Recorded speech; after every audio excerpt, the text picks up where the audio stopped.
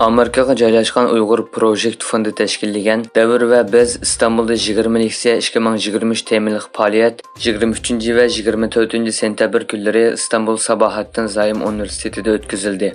Mazkur yig'inni uyushtirgan Amerika Alam qatnashi idorasi NASA'ning injeneri, Uyg'ur Project fondining raisi Dr. Erkin Sidiq apandi yig'in etish fikrining o'tirg'i chiqish jarayoni to'g'risida ma'lumot berib mundaq dedi. Xitoy Kompartiyasi hokimiyati berayotgan irqiy qirg'inchilikning kuchayishiga ergishib, Uyg'urlarning hammasi og'ir ruhiy azobga duch keldi. Bir qism kishilar tushkunlashishga boshladi. Chet eldagi Uyg'ur xalqi bundan keyin qanday yashashni bilmay qoldi.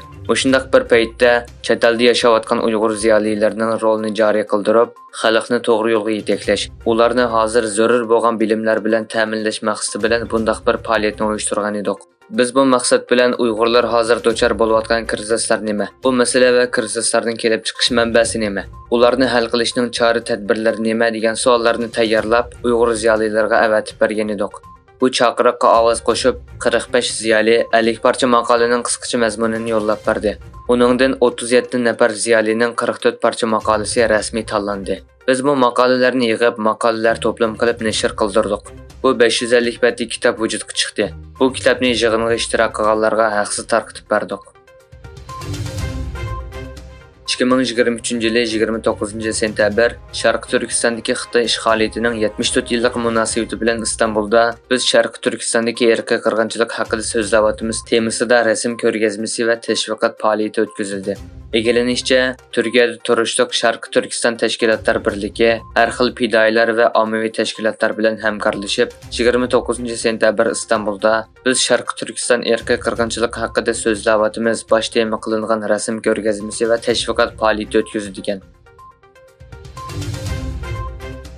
Xitoyning Xongjuda o'tkazayotgan Osiyo tanharkat musobaqasiga qatnashish uchun tizimlangan 3 nafar Hindistonlik chamboqchilik mahorati tanharkatchisining Xitoyga kirishi rad qilingan. Bu voqea Hindiston hukumatining kuchli noroziligini qo'zg'agan. Al Jazeera to'rining bu vaqtda bergan xabarda bildirishicha, bu 3 tanharkatchi Hindistonning Arunachal Pradesh o'lkasidan bo'lib, bu rayon Himolaya tog'ining shimoliga tutishi degan. Xitoy uzundan beri bu yerni Xitoyning zamini deb da'vo qilib, Hindistonning zamin talabini rad qilib kelgan. Garchi Xongju Osiyo tanharkat musobaqasini tashkillash komiteti 3 ayol tanharkatchining Xitoyga kirish vizasini tasdiqlagan bo'lsa-mu, biroq bu tanharkatchilar tasdiqlangan tizimlash kartasini to'rdan tushiramagan. Xitoy 10 yil ilgari Xi Jinping o'ttirg'a qo'ygan insoniyat o'rtaq gavdasi tasavvurini qayta e'lon qildi. Hujjatda Xitoyning bu tasavvurga qarab tirishayotganligi va texnik ko'p davlatning qatnashayotganligi ta'kidlandi. Xitoy Tashqi ishlar ministri Wang Yi Beijingda o'tkazilgan muxbirlarning kutilish yig'inida mundaq dedi. Bu hujjat Xitoyning cho'ng davlat diplomatiyasini belgilaydigan g'oyalarni oshkorlaydi. Amerika hukumati Samsung elektron shirkati qatorliq Koreyaning o'zak ishlab chiqarish korxonalarini, Amerika o'zak uskunalarini Xitoyga olib kirishda ijozatnoma olishdan kechirim qilgan. Yonhap xabar agentligining ismini oshkorlashni xohlamagan manbalarga asoslangan xabariga qaraganda, Amerika Savdo ministrligi koreyalik o'zak ishlab chiqaruvchilar bilan Xitoyda qaysi uskunlarni ishlatishga bo'ladiganligi to'g'risidagi tafsilotlarni muzokara qilgan va Amerikaning bu haqda munosabatli bayonotlarni beradiganligini bildirgan.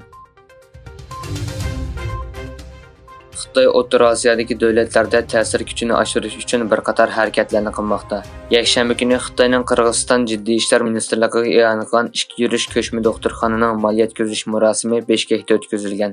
Murosimga Qirg'iziston prezidenti Sadir Japarov va Xitoyning Qirg'izistonda turishliq bosh elchisi Dudiyevmi qatnashgan.